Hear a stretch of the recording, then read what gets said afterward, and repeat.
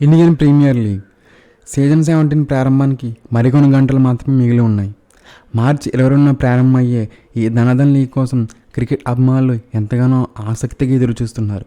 అయితే ఈసారి ఐపీఎల్లో డిసిజన్ రివ్యూ సిస్టమ్ డిఆర్ఎస్కు బదులుగా స్మార్ట్ రిప్లై సిస్టమ్ ఎస్ఆర్ఎస్ను ఉపయోగించనున్నారు.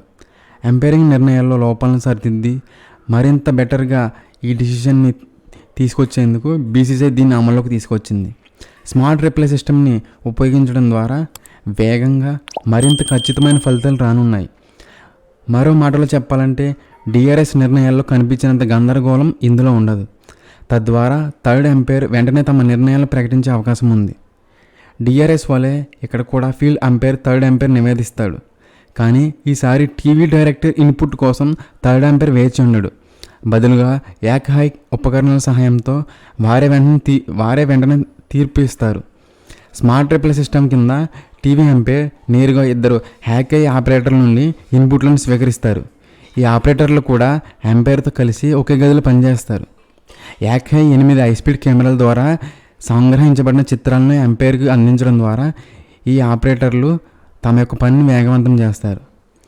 ఏకహై ఆపరేటర్ల మధ్య అనుసంధానకర్తలుగా ఉన్న టీవీ డైరెక్టర్లు ఈ కొత్త విధానంలో ఉండరు. ఇది ఎస్ఆర్ఎస్ ఎలా పనిచేస్తుందంటే థర్డ్ ఎంపైర్ స్మార్ట్ రిప్లై సిస్టమ్ను ఉపయోగించి వీడియోను విభిన్న కోణాల నుండి సమీక్షించవచ్చు. ఏకహై ఆపరేటర్లు ఇక్కడ స్క్రీన్ షాట్లను ఉపయోగించనున్నారు.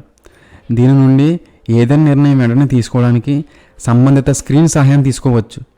ఉదాహరణకు ఒక ఫీల్డర్ బౌండరీ లైన్ క్యాచ్లో ఉన్నాడనుకుందాం.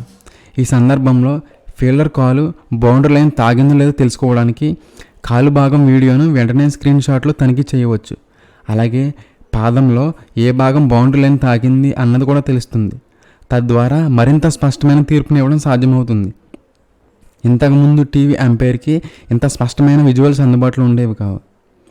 ఇంతకీ మ్యాచ్లో కెమెరాలు ఎక్కడెక్కడ ఉంటాయి? ఐపీఎల్లో ప్రతి మ్యాచ్లో 8 ఏకహై కెమెరాలను ఉపయోగిస్తారు. బౌండరీల దగ్గర 4, వికెట్ స్క్వేర్ తర్వాత 4 కెమెరాలు ఏర్పాట్లు చేస్తారు. దీని ద్వారా స్టంపింగ్, రన్అట్, క్యాచ్, ఓవర్త్రోల దృశ్యాలను ఈ కెమెరాలు బంధించనున్నాయి.